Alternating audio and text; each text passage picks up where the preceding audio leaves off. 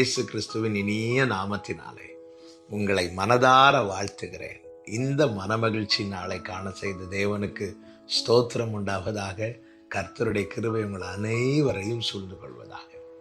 எரேமியா தீர்க்க தரிசன புஸ்தகம் 9வது அதிகாரம் அதனுடைய 7வது வசனம். ஆகையால் இதோ நான் அவர்களை உருக்கி அவர்களை புடமிடுவேன் என்று சேனைகளின் கர்த்தர் சொல்லுகிறார். என் ஜனமாகிய குமாரத்தியை வேறு எந்த பிரகாரமாக நடத்துவேன்? கர்த்தருடைய பரிசுத்த நாமம் மகிமைப்படுவதாக. என் ஜனமாகிய குமாரத்தியை வேறு எந்த பிரகாரமாக நடத்துவேன்? என கேட்டுக்கொண்டிருக்கிற அன்பு சகோதரா சகோதரி, நம்மை தேவன் தம்முடைய சொந்தமாக தெரிந்தெடுத்திருக்கிறார். நம்மை எப்படி நடத்தினால் நமக்கு நன்மையாயிருக்கும், நலமாயிருக்கும், நம்முடைய நாளைக்கு ஆசீர்வாதமாயிருக்கும், நம்முடைய நித்தியத்துக்கு ஏதுவா இருக்கும் என்பதை அறிந்துதான் கர்த்தர் நம்மை நடத்துகிறார். ஆண்டவர் தம்மால் நடத்தப்படுகிற ஜனத்தை குறித்து எவ்வளவு உரிமையாய் பேசுகிறார் பார்த்தீர்களா? என் ஜனமாகிய குமாரத்தியை வேற எந்த பிரகாரம் நடத்துவேன்? இந்த புடமிடுகிறது என்பது உண்மையாகவே நாம் யாருமே அதை விரும்ப மாட்டோம். காரணம், அதுல வலி இருக்கும், அதுல சில கடினமான சூழ்நிலைகள் இருக்கும், சில கண்ணீரின் பள்ளத்தாக்கு இருக்கும். ஆனால் சில நேரத்தில் கர்த்தர் என்ன செய்கிறார்? இப்படிப்பட்ட சூழ்நிலைகளை நடத்துகிறார். தம்முடைய சொந்த ஜனமாய் தெரிந்தெடுத்த இஸ்ரவேலை எகிப்திலிருந்து கர்த்தர் வெளியே கொண்டு வந்து நடத்தும் தருணத்திலே நெருக்கப்பட்டதை வேதம் காண்பிக்கிறது. தேவைகள் அதிகம் வந்ததை வேதம் காண்பிக்கிறது.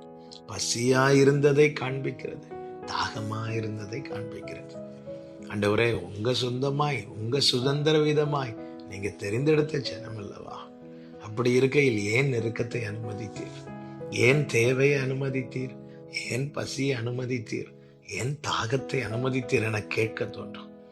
ஆனால் அவர்களை தேவன் நடத்தின விதங்களை பார்க்கும்போது ஒரு காரியம் தெளிவாய் தெரிகிறது. என்ன? நெருக்கத்தை அனுமதித்தது தேவனோடு நெருங்க பண்ணுவதற்காக. தேவையை அனுமதித்தது தேவனை தேட பண்ணுவதற்காக. பசியை அனுமதித்தது பரலோக மன்னாவை ருசிக்க பண்ணுவதற்காக. தாகத்தை அனுமதித்தது கன்மலையின் தண்ணீரை பருக பண்ணுவதற்காக. தேவ பிள்ளைகளே, தேவன் அனுமதிக்கிற எல்லா நெருக்கம், எல்லா சூழ்நிலைகளும் தேவ பிள்ளைகளுக்கு ஒரு நன்மையை சுதந்திரிக்க பண்ணுவதற்காகவே அப்படி செய்கிறார். என் ஜனமாகிய குமாரத்தியை வேறு எந்த பிரகாரம் நடத்துவேன்? நமக்கு நன்மை முக்கியமா இருக்கலாம், ஆனால் அவருக்கு நாம தாங்க முக்கியம். அவ்வளவு நேசிக்கிறார். எனவேதான் நாம் மீறின பின்பு நம்மை வெறுக்காமல் நம் கரத்தை இன்னும் இறுக பிடித்திருக்கிறார். இந்த வார்த்தையை கேட்டுக்கொண்டிருக்கும் போது எத்தனை பேருக்கு அதை உணர முடிகிறது? கர்த்தர் இன்னும் என் கரத்தை பிடித்திருக்கிறார், கர்த்தர் இன்னும் என் கரத்தை பிடித்திருக்கிறார். நன்றியோடு தேவனை மகிமைப்படுத்துங்கள்.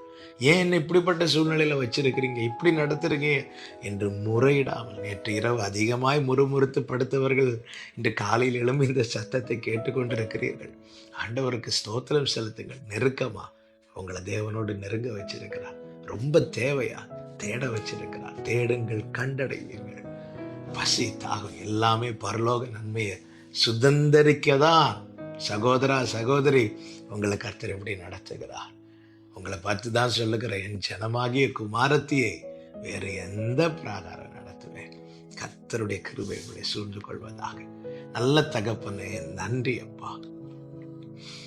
எங்களுக்கு தீமை உண்டாக நீர் எங்களை நடத்தவில்லை, எங்களுக்கு நன்மை உண்டாகவே நீர் எங்களை நடத்துகிறீர்.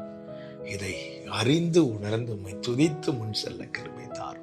இயேசு கிறிஸ்துவின் நாமத்தில் பிதாவே, ஆமென்.